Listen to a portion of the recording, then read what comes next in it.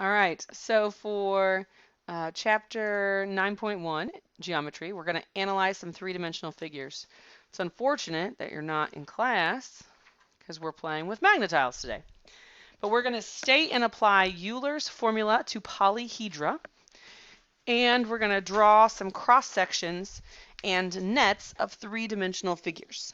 So these should be some terms that you know, but we're going to put them into practice today. All right, so first of all, we've got some definitions there. The lateral edge is the intersection of a prism's lateral faces versus the base edge, which is the intersection of a base and a lateral face. Okay, so if we look at this first shape, what's the name of that shape? Rectangular prism. Not a rectangular prism.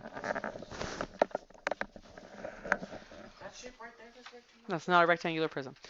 The shape of the base is what names it. So the base is actually the triangle. So this is a triangular prism. You said rectangular. Oh. So this is our base. Okay, because there's only two of them. It has to be the base. It doesn't matter that it's laying down. Okay, so if that's the case, which of these is a lateral edge? Where's a lateral edge? So would the lateral edge be like the top line, the point? Yeah. Okay, so all of these are lateral edges. Okay.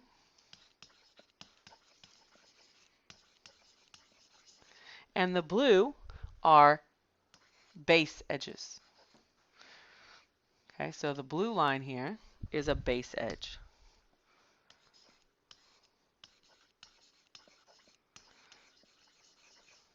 Okay, and so these over here would also be base edges because it's where the intersection of the base and the lateral face.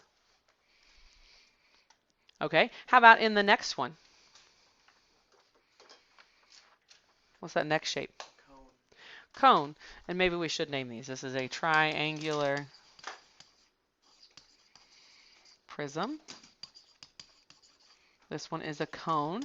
Does the cone have any lateral faces? No. No. Okay, does it have a base edge? No. No. It has a base shape. So, I mean, it kind of depends on what you, right? So it does have a circle there. How about the next shape? What is it? Pentagonal. Yeah, I knew that. Because it's a pentagon. So it's a pentagonal. What? Prism. Not prism. It comes to a single point. Pyramid. So again, because its base is a pentagon, okay, and it comes to a point, it's a pyramid. So what are my, so the blue lines, again, are what kind of edges? Base. Okay, so those are our base edges, because that's our base. And so the red lines we'll trace are our lateral edges. So where the lateral faces meet. Oh, sorry, let me extend these down. There we go. And I see there's one more. There it is, I missed. Okay, so those are our lateral edges. Okay, so then we have the Swiss mathematician Leonhard Euler discovered a relationship between the number of faces, vertices, and edges, nice, of any convex polyhedron. Not for sure. I have to think on it. Okay, so Euler's formula is here. It says the number of faces, F, vertices, V, and edges, E, of a convex polyhedron are related by the formula. V minus E plus F equals 2. Why 2? Okay? Because it is. Every single polyhedra ever is always equal to 2. That's the formula that he discovered. That's not a real polyhedra. We'll look at it. It might be, actually. We might have to try it. So, with your Magna-Tiles, I want you to build me a triangular prism. With your Magna-Tiles, build me a triangular prism. Angular prism.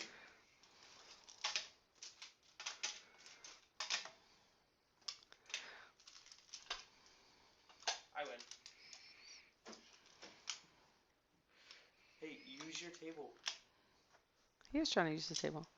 Oh, you did a longer. That's okay. Need some help? Put your magnets on the floor to your Here. side. Or on that table. That's good. Good idea. I like it. We have two different triangular prisms. Two different sizes. Okay. So now that you have it, we want to, example 1, we want to verify Euler's formula for a triangular prism and a triangular pyramid. We're going to start with the prism. So in your triangular prism, how many vertices do you have? Vertices are your corners.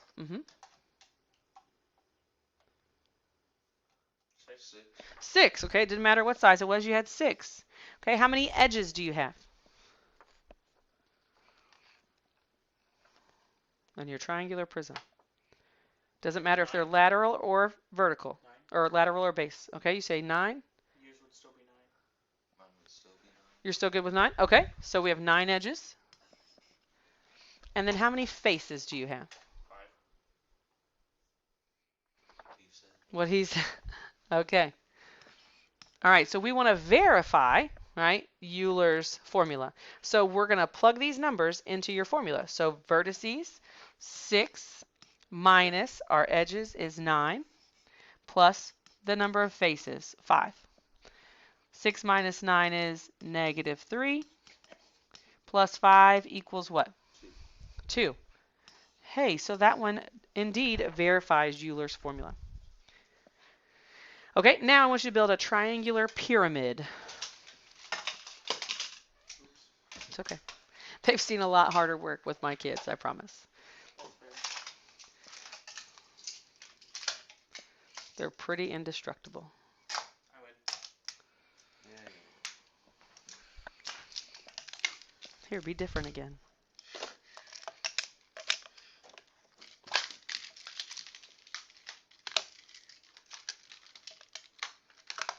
Okay.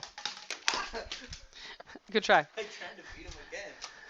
Okay, so on your triangular pyramid, how many vertices do you have? Vertices. 4 vertices. Okay, how many edges? 6. 6 edges. And how many faces? 4. Okay, again, if we plug that into Euler's formula, we're going to have 4 minus 6 plus 4. 4 minus 6 is going to equal -2 plus 4 equals 2. So it works again. All right, Caden's got this weird shape here. You should break my shape. No, I didn't break it. Okay, so we'll hold off. Let's finish the notes, and then if we have time, we'll look at it, see if it matches Euler's formula as well. Okay.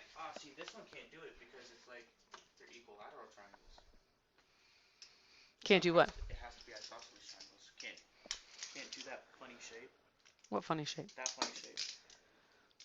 Oh, right, yes. Yeah. I see what you're saying. I was like, what funny shape are we talking about? Okay. So then next up, we're going to look at some cross sections of shapes. Okay. So the cross section is the shape created by slicing through a 3-dimensional figure. So I'm going to give you some Play-Doh. And I want you to make 2 cones. Each of you to make 2 cones, just like you see in example 2. Because we're going to actually slice through them at the guided place. So I'm going to pause this while you make your cones. Okay, so the first cone that you have, if you have a cross section, if you cut it across, straight across there, what shape are you going to have? A cone. When you cut it across there? Does it involve the base? Does it have to involve the base, or can you make a new base? No, it doesn't involve the base. If you take it and you cut this cone right across here and you flip it up and look at the cone, what shape are you going to look at? A cone. Ooh, I hear a cone and a circle. Are you looking at the base? We're looking at the base. Are you looking at it still as a 3D image or a 2D? A 2D, that's a good question. We're looking at it as a 2D image. Okay, The cross section is a 2D. Okay, so it's going to be a circle. Okay, so that's what you would sketch there, is a circle. What if I cut it up here? What shape would it be? Circle. Well, how is that different than the other one? Because it's still Okay, it would be a circle, but it would be a smaller circle because it's more narrow across there. Okay, good. All right, very nice. How about B? Circle. Think it's going to be a circle for B? If you look at it in 2D wise. Okay, if you look at it 2D wise, but it's cutting it at an angle. So, Lucas, you want to take yours? Hey, you And pointed at me. I did, but you don't have your paper out or anything. Cut it at an angle there. Oh, you have your paper on the ground. Okay.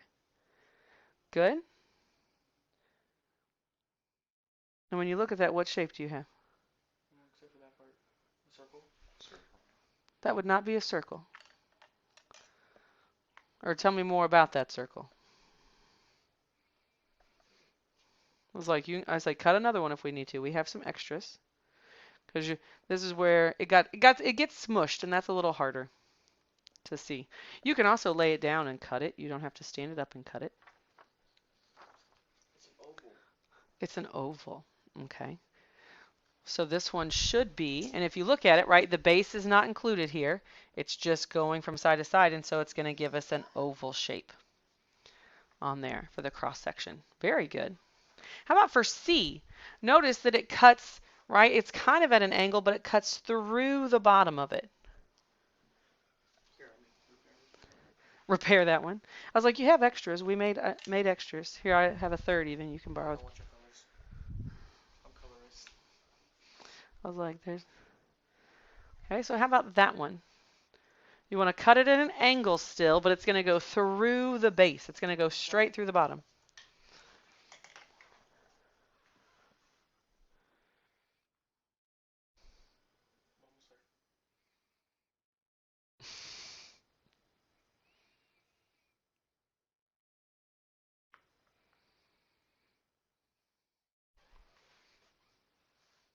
Triangle. But like a triangle, but like curved on top. It's more like a parabola. Yeah. Okay, so it's kind of like a parabola. It's got a curve on top. And what about the base? It's flat. It's flat. Yeah, because that's where the bottom of your cone was. Okay, very nice. And no, how about D? If you do a vertical cross section from the peak all the way to the bottom. Wouldn't it just look like this, but 2D? Wouldn't it just look like a triangle? It would just look like a triangle. You got it. It would just be a triangle. Excellent.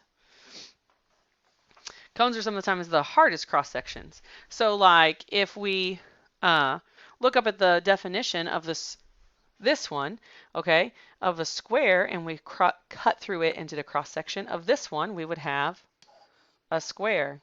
Here, when we're going from corner to corner diagonal, we end up with a rectangle. Yes, cross section, which I mean it's telling us. And then this one, if we just cut across here, one little corner, we end up with a triangle cross section. Okay, so those are some of the, like it told us what we were going to end up with, but that's the cross section. We're like slicing through a three-dimensional figure in different ways. Okay, awesome. Then onto the back, you're going to need your magnetiles again. Okay. You could keep your Play-Doh out if you want. Okay, we're going to talk about a net. And the magnetiles are great for this. Okay, a net is just a two-dimensional pattern that can be folded to form a three-dimensional figure. Oh. Okay, so to create a net, if you build any shape with your magnetile and you open it up, okay, you can make a three-dimensional figure. So like you just did. No, I way beated you. This triangle, and then what else did you have? That. Oh, I put the triangle upside down in the middle. No, the triangle is upside down in the middle. No, you have the point at the middle, at the top. What? The way you're holding it. You have a triangle like this in your magnetile, and then you had a triangle like this, and you have a triangle over here, and you have a triangle over here. No. Well, okay, but that's good. That's good. No, put it back to the one you had. Put it back to the one you had. Yeah, will that one fold into the same one? Yes. Fold it, let me see. Okay, so hold it back up there again. Okay, so then another net for the same shape is we have a triangle here, and then a triangle here, a triangle here, and a triangle here. These are all equilateral triangles, but they all make the same triangular prism. right? They still make that same triangular prism. Okay, so the net is any two-dimensional like layout of that. So that's what we have. And this is the same. Well, this one is not a triangular prism or pyramid. Sorry, this is a triangular pyramid. I said prism. Forgive me. So here we have a square pyramid. So this is what it looks like, three-dimensional, and we just open it up and lay those triangular sides out. Okay, you could lay them out in different configurations. That's fine. This is a rectangular box. So we have the big sides, like a cereal box if you think about a cereal box.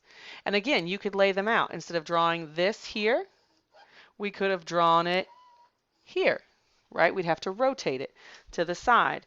So there's lots of configurations for that. So for example 3, it says the illustrated triangular prism is used to ship large posters and paintings. Draw a net that shows each dimension. This is a lot like the triangular prism that Lucas made earlier because it was a longer prism. Well, now we've lost our focus. No, I made a triangular prism. I like it. To do a cross section of. Nice, you can save it. We can do some cross section work with that in a little bit. So right now we want to draw a net of this prism. So like it was the one like Lucas had earlier. Oh, that. The triangular. We put some triangles on the end there for me. Give me some structure. Thank you. Okay, so if this is our prism, Yeah. right? Okay, to draw our net, we want to like flip out the triangular sides and then flip the sides out. We could flip them like this. Could we also have, whoops. Not like that. Yeah, right? Not like that. Oh my goodness, for the love of all things. I see you're struggling, but I don't know how I can help. You're good. Okay, can we also do it like this? Yeah, because it can still fold up, okay, and get whatever we want. So there's lots of ways to draw the net. That's what we're getting at. One of the triangles on one side. Show me. Because absolutely. And I'm going to draw some of what we got here. Aha, what about this? So we could draw it like this Sell a triangular prism real quick. with our triangles here and here. We could draw it like this. It's a smaller version, but it's the same thing. With our triangles just on one side here. It'll still fold up and be correct. What about this one? Okay. Did that work? Lucas, can we, because we have to fold it like this, right? And then yes, it still works, right? Okay. So let's do, hold on just a second. So Lucas folded it. I'm going to turn it like this so it kind of keeps that same directionality. So we have another one that looks like this. And our triangle's here, and our triangle, the other triangle's over there. These are terrible drawings, I understand. Okay. Yeah, does yours work? Sure. Okay, let's look at another one. So we got, hold on, put it back out there for me. And can you orient it the other way? No, this way. So we've got, because our magnetiles are two pieces. So this shape, with our magnetiles, it works. But we wouldn't want to do it, we couldn't do it with the shape we're given on the board. Oh, no, you didn't. Okay, because our magnetiles are actually split down the middle like this. So because it's the magnetiles, we could do it like this. But this shape itself, we could not. So I will erase it off of here. Okay, so now we need to add in the dimensions. I don't like this glitching of my board. Okay, so now we need to add in the dimensions of each one. Okay, which means the measurements. So how long is this piece here? 2 2 what? feet. 2 feet. Okay, so this is 2 feet. So how long is this? 2 feet. Okay, all of these are 2 feet. Great. How about this side right here? Hey, give me my prism back. What about this piece right here? These are my triangles. One. No, those are 6 inches. 6 inches. Okay, because this piece is going to fold and meet this piece, which is also 6 inches and 6 inches. So all of these are the same measurement. Okay, very nice. Okay, so then the flip side of this is on the next one. But I'm going to pause this so you can get these copied down. Okay, so now we're going to go on to example 4. Now we want to identify the three-dimensional figure formed by the net and find the total area of its faces. Okay, so what shape is formed here?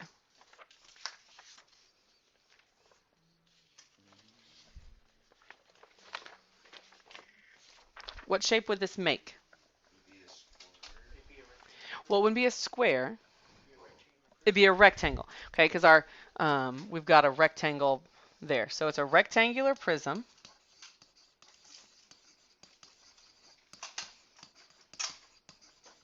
All right, you might want to draw yourself a picture of it. So I'm going to draw